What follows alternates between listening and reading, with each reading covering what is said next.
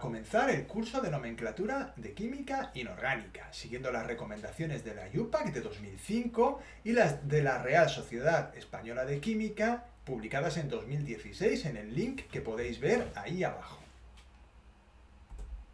Toma lápiz y papel y trabaja tomando apuntes como si estuvieras en una clase presencial. No seas un alumno pasivo como el espectador de una película, sino un alumno activo. Lo que vamos a ver en este curso, en esta primera parte, viene en el siguiente índice.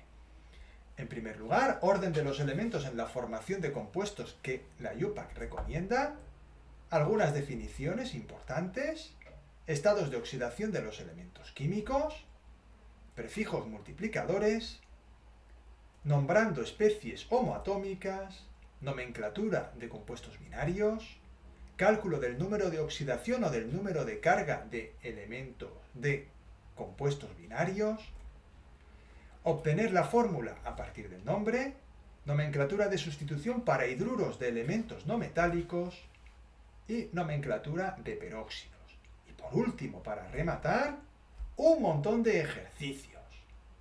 Espero que el vídeo sea de vuestro interés. Os agradecería desde ya que le dierais un like cuando terminéis de verlo y que si queréis seguir recibiendo vídeos como este y si queréis seguir el curso, suscribíos al canal y activad la campanita.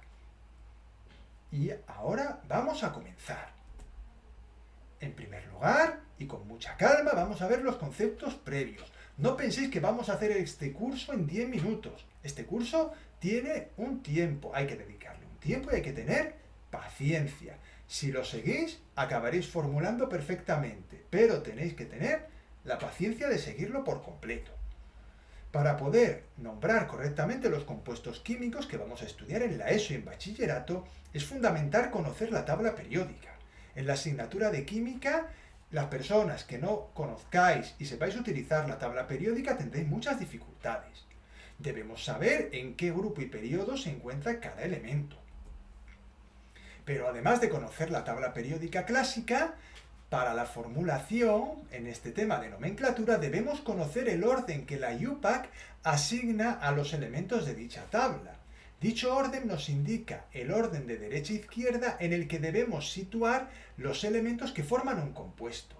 Vamos a comentar qué cambios tiene respecto a la tabla periódica clásica. Ahí tenéis el orden que la IUPAC recomienda.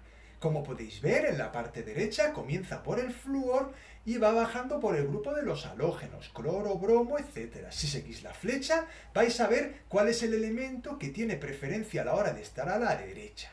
El primero que aparece en la secuencia. Respecto a la tabla periódica, vamos a ver los cambios. En primer lugar, los gases nobles se mueven de la última columna a la primera. Lógicamente, los gases nobles son sustancias que raramente van a formar compuestos, aunque pueden hacerlo, y por ello los vamos a colocar en este punto. Además, su electronegatividad es muy pequeña, aunque esta secuencia no representa el orden de electronegatividades. Mucho cuidado. Otro cambio, el hidrógeno. El hidrógeno se sitúa entre el oxígeno y el nitrógeno. Es decir, se coloca a la izquierda del oxígeno, pero a la derecha del nitrógeno. Otra cuestión, a efectos prácticos, en la ESO y bachillerato, basta con conocer de forma exacta la posición en la tabla periódica de los elementos representativos, grupos 1 y 2 y grupos 13 al 18. Realmente saber si el rutenio y el rodio, el orden que tienen, es irrelevante, porque al final son dos metales y no se van a combinar. ¿De acuerdo? Tampoco vamos a tener la necesidad de memorizar por completo la tabla periódica. Si sois inteligentes, os memorizaréis los elementos de los grupos representativos. Lo dicho, grupos 1 y 2, grupos 13 y 18. Continuamos, aunque esta tabla no la perdáis de vista porque la vamos a utilizar más adelante.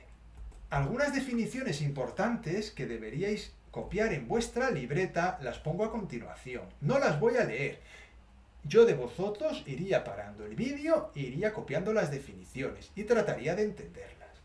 Ahí tenemos lo que es la nomenclatura química, los nombres sistemáticos, la nomenclatura de composición, que es una nomenclatura que vamos a utilizar a continuación, lo que se conoce como nombre vulgar, que yo siempre le he llamado nombre tradicional, pero se llama nombre vulgar. Lo que es el estado de oxidación, que es un concepto importante porque mucha gente lo confunde con el concepto que he puesto a continuación, el de valencia. Nosotros vamos a trabajar con números de oxidación o grado de oxidación o estado de oxidación, como le queráis llamar. No trabajamos con valencia. Una vez tengáis estas definiciones, continuamos. Es muy importante conocer los estados de oxidación más comunes de los elementos químicos. Sobre todo, conforme vais avanzando en el nivel. No es lo mismo estar en segundo de la ESO que en segundo de bachillerato. Está claro. Pero lo que vamos a hacer nosotros es asociar los estados de oxidación a la posición de los elementos en la tabla periódica, ya que eso nos va a ayudar a aprenderlos más fácilmente. Por ejemplo, en el grupo 1 tenemos litio, sodio, potasio, rubidio, cesio y francio. Todos esos elementos del grupo 1 tienen estado de oxidación 1 más. Os recomiendo que repitáis los nombres de los elementos que pertenecen a este grupo hasta que os lo aprendáis de memoria. Grupo 2. Berilio, magnesio, calcio, estroncio, bario y radio. Estado de oxidación 2 más. Grupo 13. Si os fijáis, nos hemos saltado todos los elementos de transición. Luego haremos algún comentario al respecto. Grupo 13, boro, aluminio, galio, indio, talio. ¿Veis? Hemos hecho en el grupo 1, 1 más, en el grupo 2, 2 más, y ahora sería 3 más. Pero además, algunos de los elementos de este grupo tienen también el estado de oxidación 1 más. Seguimos con el grupo 14, que es el del carbono, silicio, germanio, estaño y plomo, cuyos estados de oxidación serán 4 más, ¿veis? Aumenta 3 más, 4 más, es fácil de recordar. Y luego el 2 más en algunos de ellos, no en todos. El grupo 15, nitrógeno, fósforo, arsénico, antimonio, bismuto. Era de esperar, estado de oxidación 5 más, y ahora bajamos a 3 más y a 1 más. Continuamos, grupo 16, oxígeno, azufre, selenio, telurio y polonio, 6 más, como era de esperar, 4 más y 2 más. Y el grupo 17, los halógenos, flúor, cloro, bromo, iodo, astato, 7 más, 5 más, 3 más y 1 más. Ya sabemos que el flúor no trabaja con estos estados de oxidación, porque como es el primer elemento que colocamos en la secuencia, siempre va a trabajar con un estado de oxidación negativo, como vamos a ver a continuación. Pero esta regla mnemotécnica me permite dos cosas. Uno, aprender la tabla periódica, al menos los elementos de los grupos representativos, y por otro lado, me permite recordar fácilmente los estados de oxidación positivos más importantes. ¡Ojo! Los estados de oxidación no son todos los posibles. A veces hay alguno más. Pero para lo que nosotros vamos a estudiar es suficiente con estos elementos, porque luego vienen más. Algunos elementos del grupo no tienen todos los posibles estados de oxidación. He comentado el flúor, puedo comentar el oxígeno, que lógicamente no tiene estado de oxidación ni 6 más, ni 4 más, normalmente, ¿vale? Y así otros muchos. Más estados de oxidación. Ahora los estados de oxidación negativos de los grupos 14, 15, 16 y 17. Observad que es muy fácil de recordar. Grupo 17, 1 menos, grupo 16, 2 menos, grupo 15, 3 menos y grupo 14, 4 menos. Para obtener la mayoría de los nombres de los aniones homoatómicos se añade la terminación uro. Por ejemplo, el carbono 4 menos se va a llamar carburo. Ahí tenéis los nombres de los elementos del grupo 15, nitruro, fosfuro, arsenuro, antimonuro. Grupo 16, óxido, sulfuro, no azufruro, como leo por ahí muchas veces, sulfuro, selenuro y telururo. Y los halógenos, fluoruro, cloruro, bromuro y yoduro. Algunos aniones famosos, cuyos nombres aceptados son los siguientes, es conveniente que los conozcáis, sobre todo las personas que estáis estudiando bachillerato. OH- hidróxido, Cn- cianuro, NH2- amida o azanuro, NH2- imida o azanodiuro, N3- acida, HS- sulfanuro. O2, el grupo o el ion peróxido. Por último, dentro de los estados de oxidación más comunes, hay algunos metales de transición cuyos estados de oxidación no es tan fácil predecir en función del grupo al que pertenecen. En este caso, en mi opinión, vale la pena aprenderlos de memoria. Voy a escribir aquí algunos de los más importantes. Para empezar, hierro, cobalto, níquel, en este mismo orden están en la tabla periódica, si os fijáis. Sus estados de oxidación, 2 más y 3 más. Cobre, plata, oro, están así situados en la tabla periódica también. Los 3 elementos tienen estado de oxidación 1 más, pero el cobre puede tener 2 más y el oro 3 más, de forma habitual. Zinc, cadmio, mercurio, tal como están en la tabla periódica. El zinc y el cadmio tienen estado de oxidación 2 más y el mercurio puede tener 1 más y 2 más. Y luego están nuestros amigos, el cromo y el manganeso, que como veis pueden tener muchos estados de oxidación. Hay que conocerlos y hay que tener cuidado porque estos elementos pueden formar con los estados de oxidación bajo óxidos y sales, y con los estados de oxidación altos formarán oxosales. Pero eso ya lo veremos más adelante. Algunos cationes famosos son el ion amonio, que también se llama azanio, el H3O+, que se llama oxonio o oxidanio, y el pH4+, que se llama fosfanio. Por supuesto, hay muchos más elementos químicos que los que he enseñado aquí, pero de momento no hablaremos de sus estados de oxidación, pues no vale la pena memorizarlos todavía. Conforme vayamos profundizando en el curso, se irán añadiendo nuevos estados de oxidación y nuevos elementos. Comenzaremos nombrando los compuestos mediante una nomenclatura sistemática. Ello nos permite nombrar y obtener la fórmula de gran variedad de compuestos químicos sin tener grandes conocimientos de química.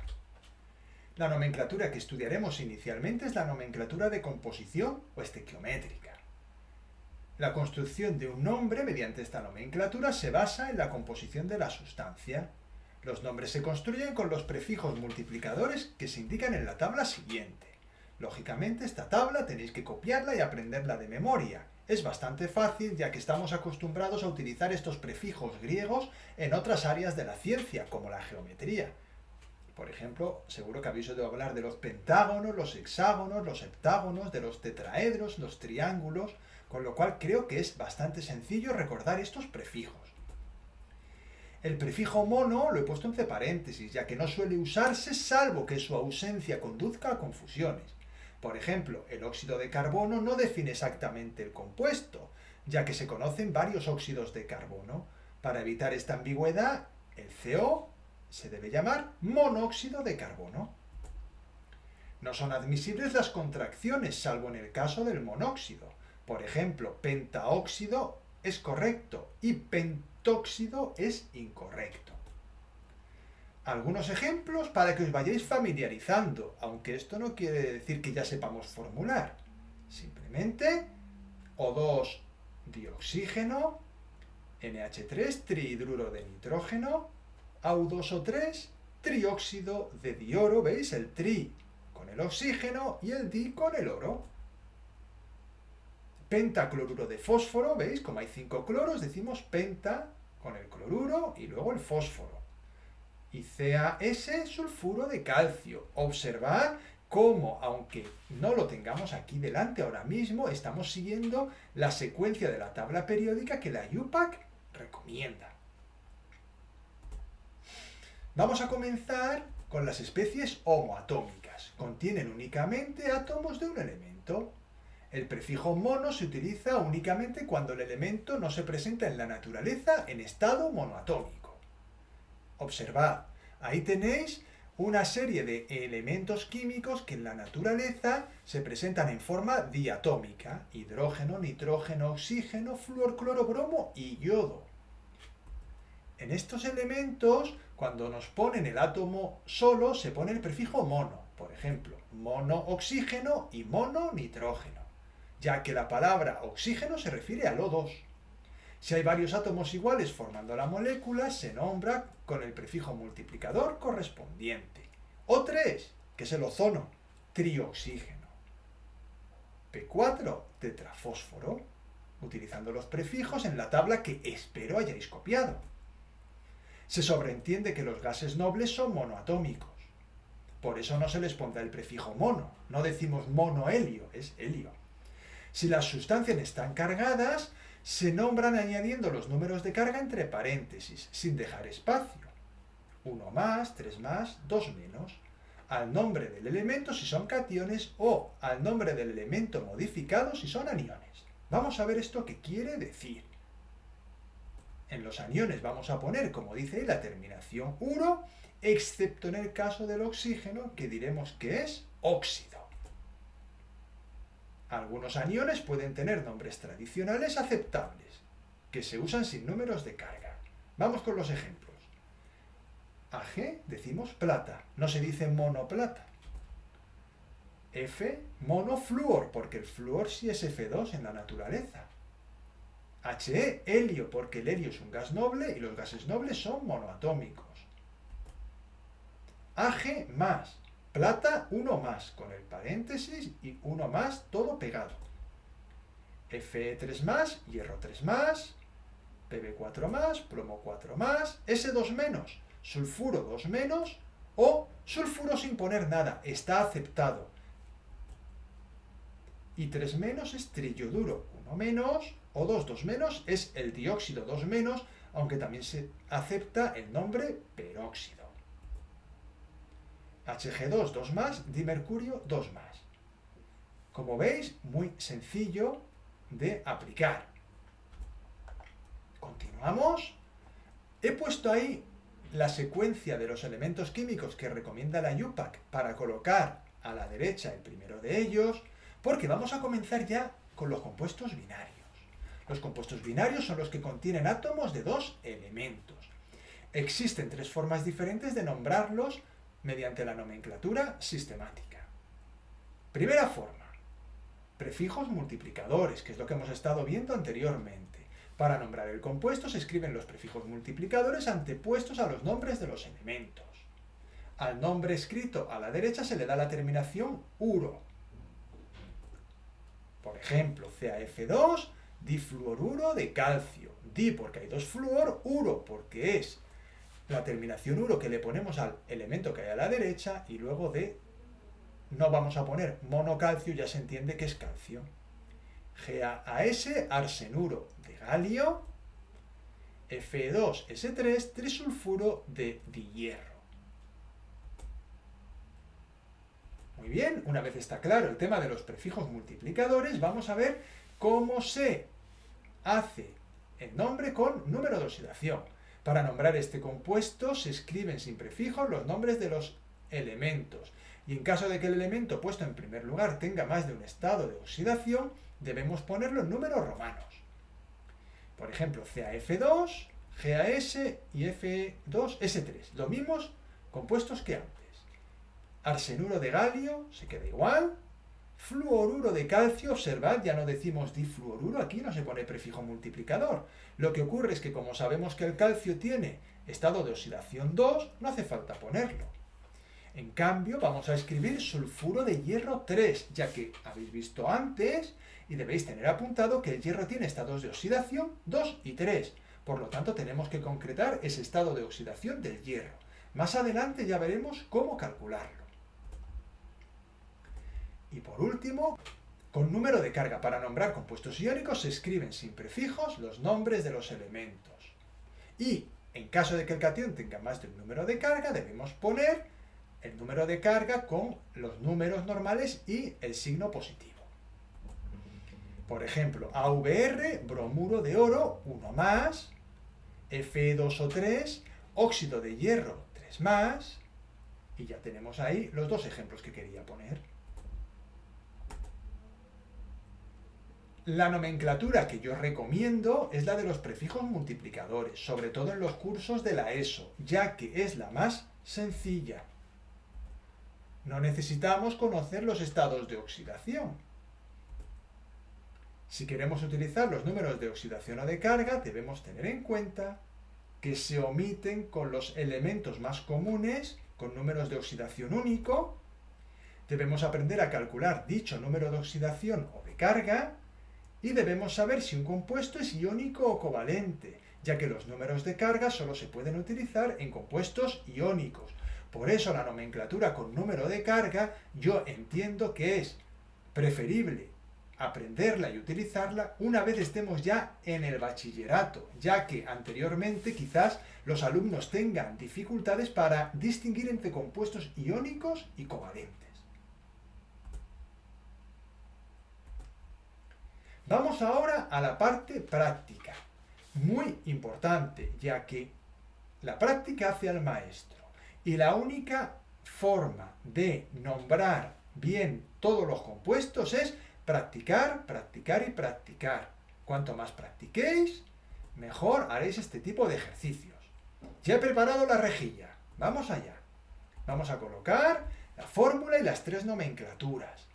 Recomendado, si estás en segundo o tercero de la ESO, confórmate con hacerla de prefijos multiplicadores.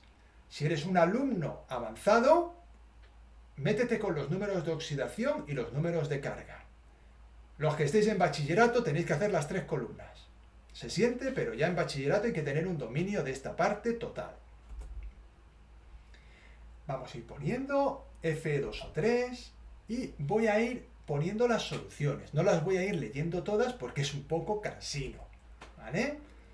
Vamos a poner primero con prefijos multiplicadores para esos alumnos que están en la ESO y solo les hace falta dominar esta nomenclatura.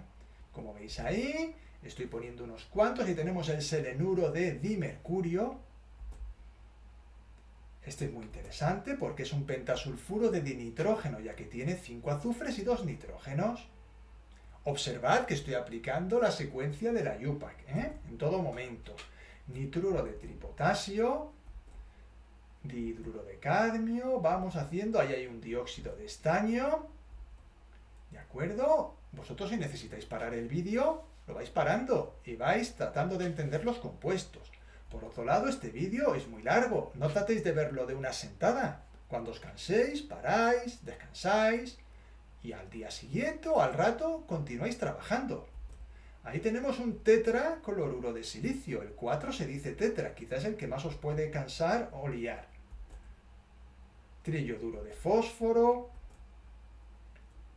telururo de dipotasio, pentacloruro de fósforo. He tratado que haya variedad para que os vayáis familiarizando con todos los nombres. Atención aquí, diyoduro de heptaoxígeno. Este es polémico porque antiguamente se escribía I2 o 7 y los que somos veteranos como yo estamos acostumbrados a decir heptaóxido de diyodo, pero la IUPAC dice que eso no se puede hacer. Hay que ponerlo siguiendo la secuencia de la tabla periódica y sería diyoduro de heptaoxígeno. Y lo mismo ocurre con el siguiente, dibromuro de trioxígeno. Aunque el oxígeno es más electronegativo que el bromo o que el yodo, seguimos el orden de la secuencia de la IUPAC.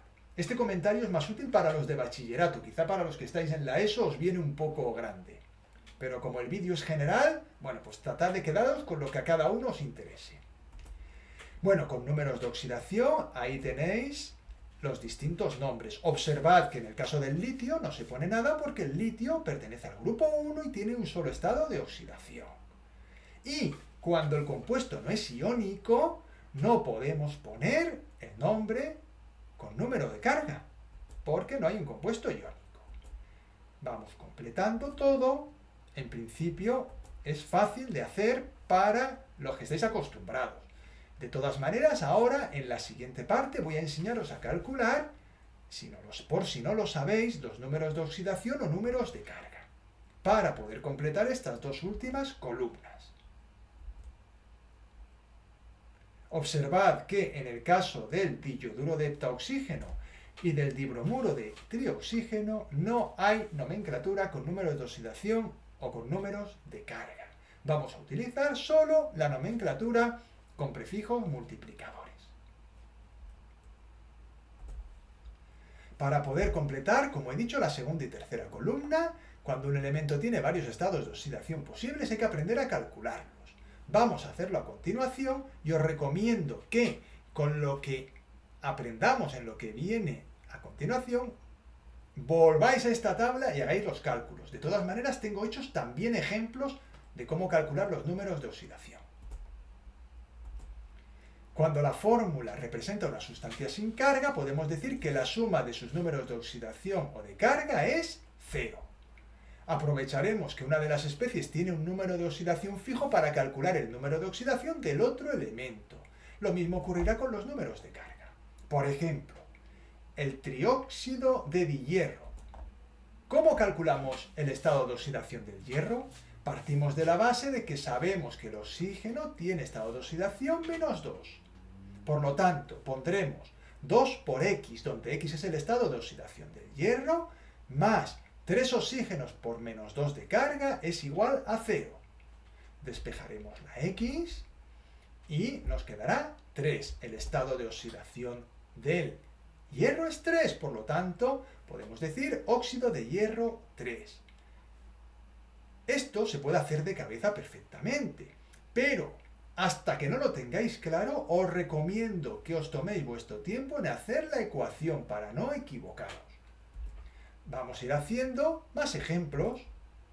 Por ejemplo, ahí tenemos el selenuro de dimercurio, 2 por X, 2 mercurios por su estado de oxidación X, más 1 por -2 igual a 0.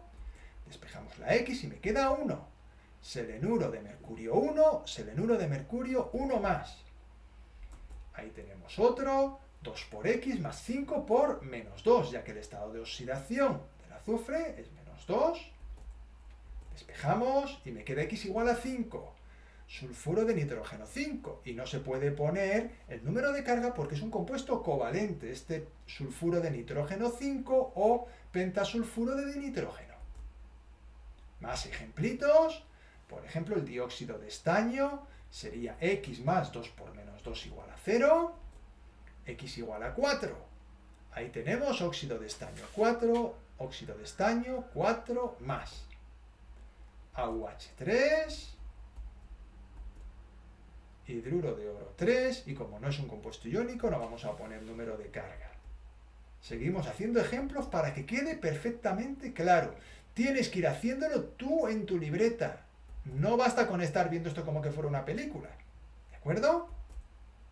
Hay un tipo de compuesto binario en el cual se puede utilizar otro tipo de nomenclatura. Ello ocurre con los hidruros de elementos no metálicos.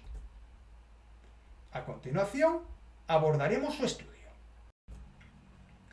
Además de la nomenclatura con prefijos multiplicadores, en los hidruros, que forma el hidrógeno con los elementos de los grupos 13 a 17, se puede utilizar la nomenclatura de sustitución. Es decir, la nomenclatura con prefijos multiplicadores sigue siendo válida, pero sobre todo para estudiantes más avanzados, ya de cuarto de la ESO en adelante, es conveniente conocer esta nomenclatura. Y si estás en segundo o tercero de la ESO y la aprendes ahora, mejor. Los nombres de los hidruros progenitores se construyen con la raíz del nombre del elemento y el sufijo ano, salvo los de carbono, y son los que se indican en la tabla. Son aceptados los nombres no sistemáticos de amoníaco y agua, pero los nombres de fosfina, arsina y estibina no se deben utilizar. Esos son los nombres que se utilizaban antiguamente. Los veteranos como yo lo sabemos bien. Ahí tenéis la tabla que refleja todos los nombres. Borano, alumano, galano, indigano, talano, etcétera, ¿vale? Ahí están todos. Realmente no hay que sabérselos todos. Yo recomiendo que os sepáis estos que os voy a marcar porque son los más habituales. El borano, el metano y el silano del grupo del carbono. Aquí sí, el azano, que es el amoníaco, y yo le voy a seguir llamando amoníaco, pero tenéis que saber que se llama azano. también fosfano, arsano y estivano. Ahí tenéis el oxidano, que es el agua, le seguiré llamando agua, pero que sepáis que se llama oxidano, y el sulfano. Y por último comentar que los nombres del tipo ácido clorhídrico, sulfídrico, etcétera, no son admitidos, ya que se refieren a disoluciones y no a compuestos químicos. Eso es importante porque antiguamente nosotros veíamos HCl y le poníamos el nombre ácido clorhídrico. Eso está mal porque el ácido clorhídrico es una disolución en la cual el soluto es el cloruro de hidrógeno y el disolvente es el agua. Y esa mezcla homogénea es lo que se llama disolución de ácido clorhídrico. Vamos ahora a obtener la fórmula a partir del nombre. En caso de que se utilice la nomenclatura con prefijos multiplicadores, basta conseguir los prefijos y utilizar la secuencia dada al inicio del tema para ordenar los elementos. Por ejemplo, trióxido de dihierro. Pues tranquilamente, como el oxígeno está antes que el hierro en la secuencia, se pone a la derecha y como hay 3 oxígenos, se pone un 3 al oxígeno y un 2 al hierro. El nombre, como dice ahí, nos indica que hay 3 átomos de oxígeno y 2 átomos de hierro. En el caso de que se utilice la nomenclatura con números de oxidación o de carga, se debe calcular cuántos átomos de cada tipo hay. Para ello hay que hacer un balance de cargas teniendo en cuenta la carga total de la molécula, que en este caso será 0. Por ejemplo, óxido de hierro 3, tenemos el hierro y el oxígeno. El hierro tiene estado de oxidación 3 más y el oxígeno 2 menos. En este caso hacen falta 2 átomos. En este caso hacen falta 3 átomos de oxígeno por cada 2 átomos de hierro para obtener una fórmula de la molécula neutra, tal como tenéis ahí en la pantalla. Al tener 2 átomos de hierro tendríamos 6 cargas positivas y al tener 3 átomos de oxígeno tendríamos 6 cargas negativas. Óxido de estaño 4 más, se opera de la misma manera, se coloca el estaño y el oxígeno, 4 más, 2 menos, en este caso hacen falta 2 átomos de oxígeno por cada átomo de estaño para obtener una fórmula de la molécula neutra. En ese caso, ahí tenemos el óxido de estaño 4 más. Por supuesto, el secreto para dominar la nomenclatura de compuestos químicos, ya lo he dicho antes. ¿Cuál pensáis que es? Practicar, practicar y practicar. El que no practica esto nunca podrá ni nombrar ni formular compuestos. Un tipo de compuesto binario que contiene oxígeno son los peróxidos. El oxígeno en este caso se encuentra en la forma O2, 2 menos. Y se nombra dióxido 2 menos o peróxido. Su estructura molecular es esa que tenéis en pantalla y no se puede romper. Por eso no se puede simplificar la fórmula cuando trabajamos con peróxidos de metales del grupo 1, alcalinos, o metales que tienen estado de oxidación 1 más. Los peróxidos más importantes se forman con los elementos de los grupos 1 y 2. Además de la nomenclatura estequiométrica con prefijos multiplicadores, pueden mostrarse otras nomenclaturas que mostramos a continuación. Por ejemplo, para el dióxido de dilitio, que es la nomenclatura con prefijos multiplicadores, tendríamos adicionalmente la de dióxido 2 menos de dilitio o peróxido de litio. Si os dais cuenta de nuevo, con la nomenclatura de prefijos multiplicadores, no hace falta distinguir entre óxido o peróxido. Pero si utilizamos esta nomenclatura en la cual decimos que es un peróxido, ya tenemos que darnos cuenta que es un peróxido, lo cual es un poquito más complicado en ocasiones. Cuando tenemos peróxidos de elementos del grupo 1 es muy sencillo, porque ya vemos que no se simplifican los coeficientes estequiométricos de los átomos. Voy a continuar con el resto de peróxidos de elementos del grupo de los alcalinos. Como podéis ver ahí, dióxido de disodio, dióxido 2 menos de disodio, peróxido de sodio. Espero que estéis copiando en la libreta cómo se hace esto, porque si no luego se olvida y no podréis formular los peróxidos correctamente. Ahí tenemos el dióxido de dipotasio, el dióxido de dirrubidio y el dióxido de dicesio, nombrado también como dióxido 2- de dicesio o peróxido de cesio. He puesto el de francio, aunque es equivalente a los demás.